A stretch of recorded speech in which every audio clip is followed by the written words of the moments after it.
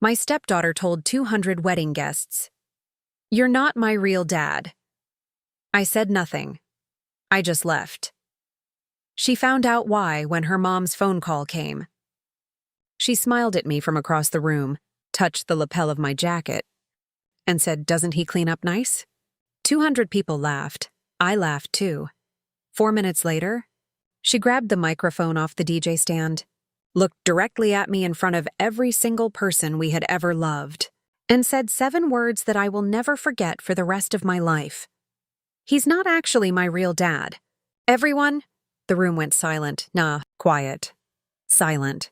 The kind of silent where you can hear someone's champagne glass being set down very carefully on a table, 20 feet away. I looked at her for exactly 4 seconds, and then I stood up, straightened my jacket, walked around the table, leaned down and kissed my brand new wife on the cheek, and I walked out the side door. No scene. No raised voice. No tears, I just left. She didn't understand what she had actually done until her mother's phone rang 3 hours later, and I was the one who answered it. "Welcome. I'm glad you're here. I want to be honest with you about something before we go any further into this story. I'm not just going to read you what happened. I'm going to tell you what Reddit said, what I think Reddit got right, and what almost everyone in that comment section missed entirely. Because this story is not really about a wedding.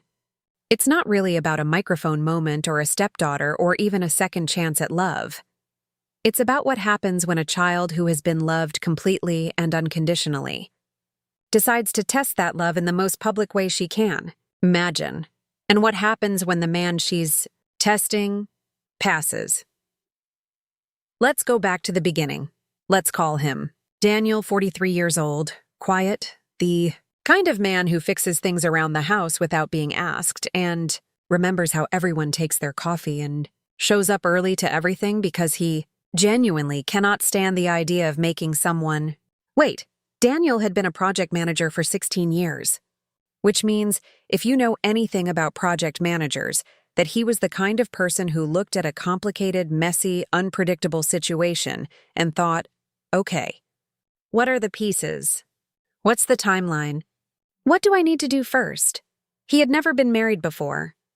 Not because he hadn't wanted to be, but because he was the kind of man who took things seriously, and he had never met anyone he was serious enough about to make that kind of promise to. Until Renee. He met Renee at a work event. Not his work, a friend had brought him along. She was standing near the window with a glass of wine she kept forgetting to drink, looking at the room like she was calculating something. He asked her what she was calculating. She said, "Whether I can leave without anyone noticing." He said, "Probably not. But I won't tell." She laughed. That was the beginning. He found out about Lily on their second phone call. Renee was careful about that. She didn't believe in building something with someone who was going to struggle with the most important part of her life. She said, "I have a daughter. She's 6. Her name is Lily. If that changes anything for you, I'd rather know now." Daniel was quiet for a moment. Then he said, "Tell me about her." Renee told him that Lily was obsessed with dinosaurs and had very strong opinions about which ones were the best. She told him that Lily slept with a stuffed stegosaurus named Captain. She told him that Lily had her father's eyes, a man named Ryan who had been gone since Lily was 3 and had not looked back. Daniel said, "She sounds like someone worth knowing." That was the second beginning. He met Lily 6 weeks later. Renee was careful about that too. She explained to Lily beforehand that Daniel was her friend, that he was someone she liked a lot, and that there was absolutely zero pressure to feel any particular way about him. Lily walked into the living room, looked at him with the most serious expression he had ever seen on a 6-year-old, and said, "Do you know which dinosaur was actually the smartest?" He said, "Troodon. Relatively large brain-to-body ratio. A lot of paleontologists think it might have been warm-blooded." Lily stared at him. Then she sat down next to him on the couch and said, "Okay, you can stay for dinner." And that was how Daniel fell in love with both of them at the exact same time. He moved in when Lily was 8. By then, she had already started calling him Dad. Not because anyone told her to, not because it was encouraged or suggested or even mentioned. It was her own idea, announced one evening at the dinner table as casually as if she were commenting on the weather. Renee had to excuse herself to the kitchen. Daniel pretended to need something from the refrigerator for approximately 90 seconds. He coached her soccer team for 3 years. He learned to braid hair because Lily wanted braids for her 3rd grade school photos, and Renee, by her own admission, was terrible at it. He sat in the ER waiting room at 11:30 at night when she broke her wrist falling off a trampoline at her friend's birthday party. He helped with science fair projects and drove her to rehearsals, and sat through every school play in the 4th row, because Lily had told him the 4th row was the best row and he had never questioned it. He was there. For 11 years, he was there. But here's what nobody knew yet. Lily's biological father, Ryan, was about to come back. Let me tell you about Ryan, because he matters to this story even though he spent most of it somewhere else. Ryan had left when Lily was 3. No dramatic exit, just a slow fade. Fewer calls. Longer silences. Until one day there were no calls at all, and Renee had stopped expecting them. She filed for child support once, got nowhere, and eventually decided that chasing it was costing her more than the money was worth. She built a life without him. Daniel helped her build it, but when Lily was 15, the year Renee and Daniel got engaged, Ryan resurfaced. New wife. New baby. And apparently, a new desire to know the daughter he had walked away from 12 years earlier. He reached out to Renee first, polite, humble. Said he had been going through a lot.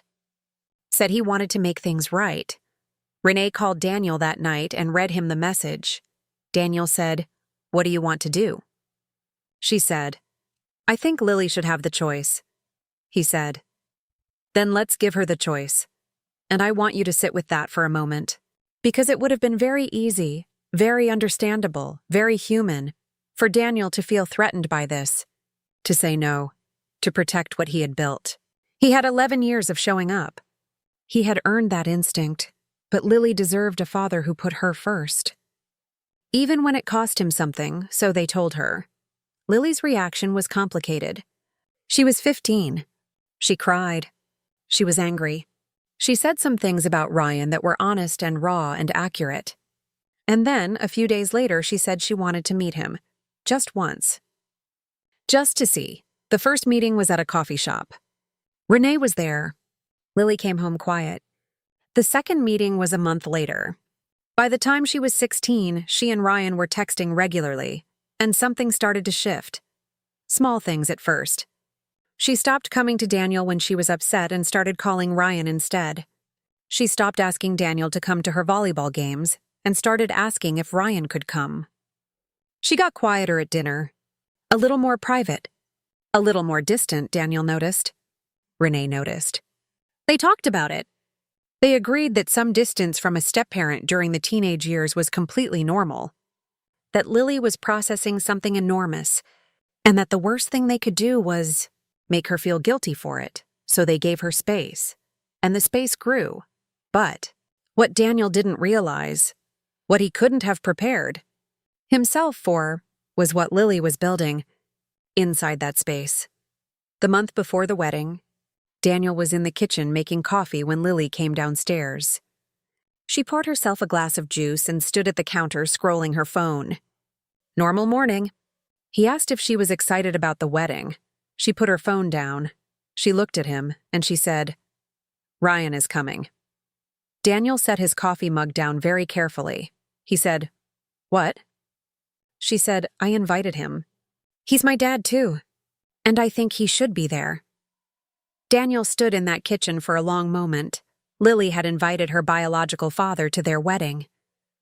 Without asking, without telling, on her own, at 17 years old, she had reached out to Ryan and told him about the wedding and asked him to come. He said, "Does your mom know?" Lily said, "I'm going to tell her today." The conversation Renee had with Lily that afternoon was one of the hardest in their relationship. Renee was not angry that Ryan existed in Lily's life. She was hurt that Lily had made a decision about their wedding, their specific, intimate, carefully planned wedding, without asking. Lily cried, said they were being unfair, said she just wanted her whole family there. Renee and Daniel talked that night for a long time, and they decided that if it would make Lily feel more settled, Ryan could come. As a guest, as Lily's father. Nothing more. That should have been enough. It wasn't. The wedding was at a converted barn 40 minutes outside the city. String lights. 200 guests. Flowers that Renee had spent 3 months choosing. A song she had picked herself. Something soft and acoustic. That played while she walked down the aisle. Daniel stood at the end of that aisle and tried very hard to keep it together. He did not entirely succeed. The ceremony was perfect. The reception started and was perfect too, for about 2 hours. He was talking to Renee's uncle when he heard the feedback from the microphone. He turned around. Lily was standing at the DJ table. She had the microphone in her, and she was looking at him, and she said, "It," clearly, in a voice that carried across the entire room to every single person who was there. "I just want everyone here to know, he's not my real dad. My real dad is here tonight." She gestured toward Ryan's table near the back of the room. "I love my mom, but I'm not going to stand here and pretend that Daniel is my father just because she married him. I never got a choice in any of this, and I think people should know the truth." 200 people stopped breathing at exactly the same moment. Daniel could hear the music playing faintly outside where some of the children had gone. He could hear a glass being set down somewhere to his left. He could feel Renee beside him go completely still. He looked at Lily for 4 seconds. She was looking back at him. Defiant. But underneath the defiance, something else. Something that looked almost like she was waiting. Like she had said the thing and now she was waiting to see what it would do. He did not give her what she was waiting for. He stood up slowly, straightened his jacket, walked around the table, leaned down and kissed Renee very gently on the cheek and said, quietly enough that only she could hear, "I'm going to take a few minutes. I'll be right back." And he walked out the side door, into the garden, where the string lights ended and it got dark and quiet. "Okay. I need to stop here for a second. Because I want to ask you something before I tell you what happened in that garden. Leave a comment right now. Just one word, one sentence. Whatever comes first. When Lily grabbed that microphone, what did you feel first? Anger, sadness? Something more complicated than either of those? Tell me.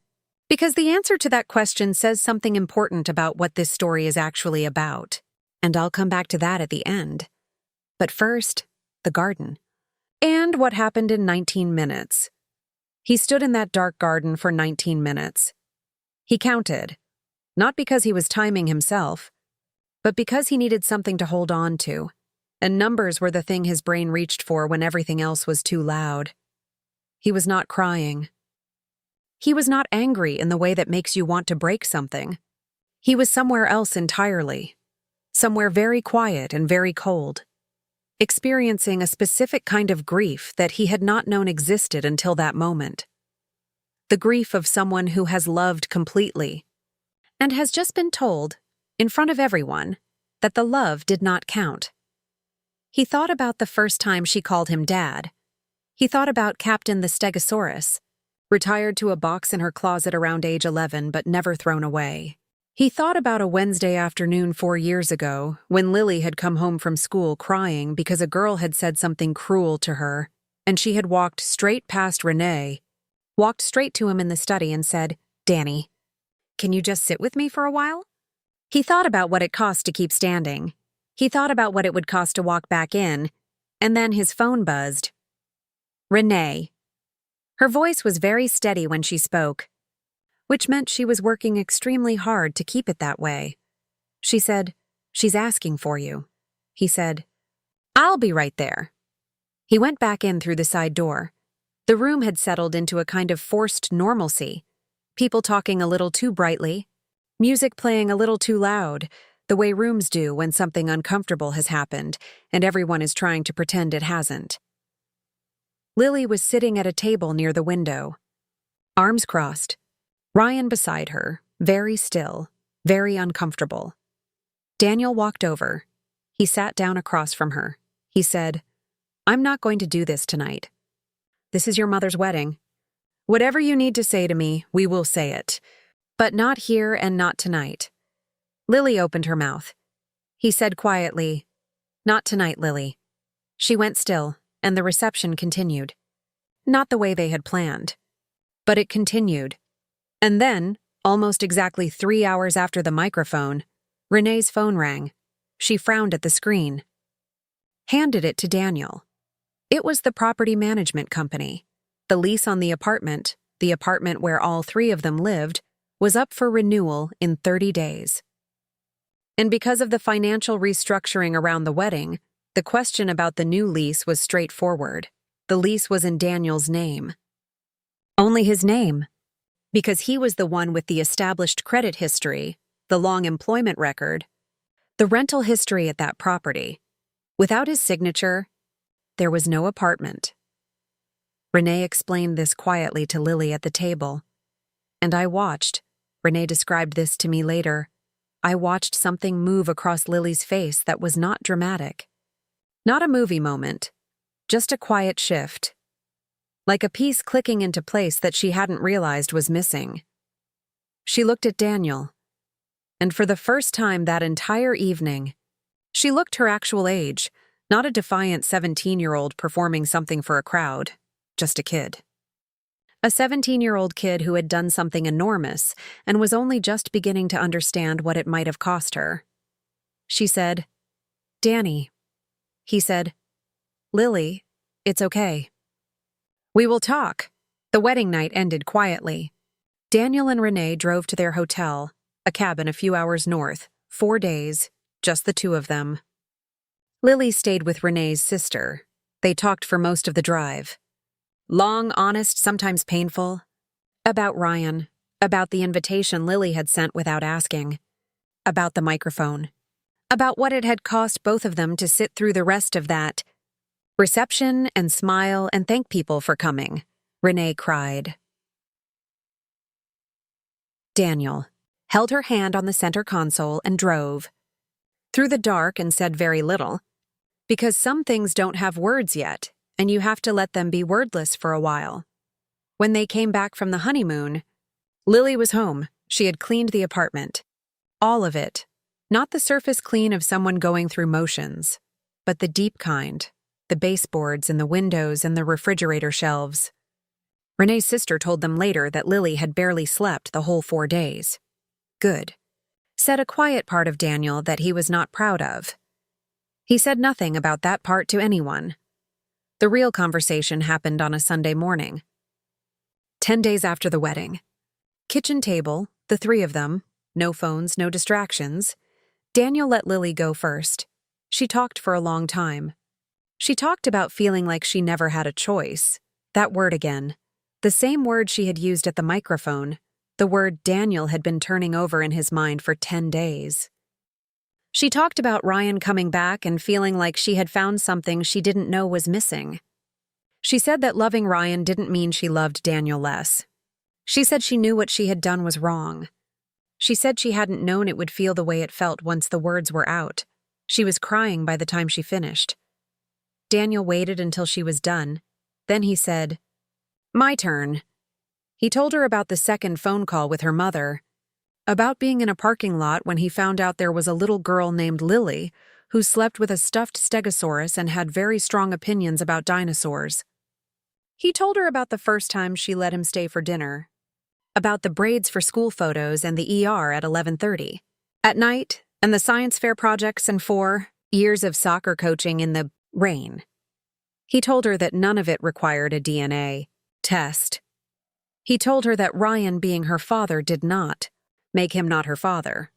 That the word was big enough for both of them, if she wanted it. And then he told her what the microphone had actually done to him. He told her it wasn't the words. He had always known he wasn't her biological father. It was the performance of it. The choice to say it publicly, in front of everyone, in a way that was designed not to inform but to wound. He told her that was the part he needed her to understand. She said she understood. And then she said something he had not expected. She said, "When you walked out that side door and I didn't know if you were coming back, that was the most scared I have ever been in my life." He looked at her. She said, "I kept thinking, what if he just doesn't come back? What if that's it? What if I just did the thing that made him leave? And I couldn't breathe until I saw you walk back through that door. And then I realized, the reason I was that scared was because you're my dad. You're my actual dad. And I've been trying to make room for Ryan, and I've been taking it out on you. And I'm sorry. I'm so sorry." She was crying properly by then. So was Renee. Daniel looked at the table for a long moment. Then he reached across and put his hand over hers.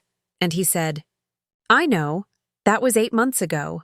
What happened after that Sunday conversation is not a straight line. Healing never is." There were awkward dinners and old tensions surfacing in unexpected moments and conversations that had to be started 3 times before they went anywhere real. Lily and Daniel started seeing a family therapist, sometimes all 3 of them, sometimes just the 2 of them. It helped more than either of them expected. Ryan, to his credit, did something that surprised Daniel. He called Renee about 2 weeks after the wedding and said that what had happened was not okay. That he was not going to allow himself to be the reason Lily hurt someone who had raised her, and that he was taking a step back until things settled. Daniel did not expect to feel grateful for that. He did. By the time Lily's senior year started, things between them had shifted. Not back to what they were before. You cannot go back to before. But forward into something new, something more honest. Because before, there were things they hadn't talked about. Now they talked about everything. She still calls him Dad. She always has. A few months ago, Lily was on the couch doing homework. "Captain the Stegosaurus? Yes, he's back." She took him off the shelf sometime around February. Daniel asked no questions, sitting on the cushion beside her. She looked up and said, "Can I ask you something?" He said, "Always." She said, "Why did you come back?" That night, "When you walked out, why did you come back?" He thought about it for a moment. Then he said, "Because you were still my kid. You didn't stop being my kid because you said something that hurt." She looked at him for a long time. Then she said, "I knew it was going to be something like that." She went back to her homework. Daniel went back to the kitchen, and he stood at the counter for a moment, looking at nothing in particular, thinking about a 6-year-old who had once decided, on her own, with no encouragement from anyone, to call a man she had known for 2 years by the most important word she knew. And he thought, yeah, we're going to be okay. Now let me tell you what Reddit said. Because this story was posted, and it went extremely viral. And the comments were passionate and divided, and in some cases, more revealing about the people writing them than about the situation itself. The top comment, 68,000 upvotes, said simply, "Not the asshole." Full stop. She ambushed him at his own wedding in front of 200 people. Walking out was the most dignified response possible. Most of the thread agreed. People called Lily ungrateful. People called Ryan a ghost, who had no right to show up and disrupt something he had never helped build. People said Daniel had 12 years of receipts and deserved every single one of them to count, and they're not wrong. But here's what Reddit missed, and this is the part I actually want to talk about. Because the verdict is easy. The verdict takes 30 seconds. What's harder, and what matters more, is the why. There is something in psychology called a protest behavior. It comes from attachment theory, work done originally by a researcher named John Bowlby, developed further by Mary Ainsworth. The basic idea is that when a child feels uncertain about whether an attachment figure will stay, whether the person they depend on is truly dependable, they will sometimes do something that looks, on the surface, like pushing that person away. But it isn't pushing away. It's a test, a desperate, clumsy, sometimes devastating test of the question, will you leave? If I do the worst thing I can think of, if I say the most cutting words in the most public place I can find, will you go? Will you prove that you were always going to go? Because that's what the first father did. Ryan left when Lily was 3. He didn't storm out. He didn't have a dramatic exit. He just slowly stopped showing up until one day he wasn't there at all. And Lily had spent 14 years carrying that. Not always consciously. Not in a way she could have named if you had asked her. But it was there, in the body, in the nervous system, in the part of her that flinched slightly every time she started to believe that someone was staying. When Ryan came back, something cracked open in Lily, something she had sealed over. And the feelings that came out of that crack were enormous and complicated, and she was 17 years old, and she did not have the vocabulary or the framework to hold them with any kind of grace. So she grabbed a microphone. She said the worst thing she could think of, and she waited to see what happened. Daniel walked out the side door, and then he came back, and those 19 minutes and the return was the most important moment of Lily's life. Not the ceremony, not the vows, not any of the beautiful planned things. The return. Because what it told her, in the language that she needed to hear it in, was, I am not Ryan. I do not leave when things get hard. You can do the worst thing you can think of, and I will take 19 minutes. And I will come back. You cannot scare me away. You are worth coming back to. If you are watching this right now and you recognize something in this story, maybe you are a stepparent who has been giving everything and wondering if it's landing. Maybe you are an adult who grew up in a blended family and remember the impossible loyalty of trying to love 2 people in the same role. Maybe you are someone who has, at some point in your life, tested the person who loved you most because you needed to know if they would stay. I want to say something directly to you. The test is almost never about the moment. When someone who has been abandoned pushes the people closest to them, it is not cruelty.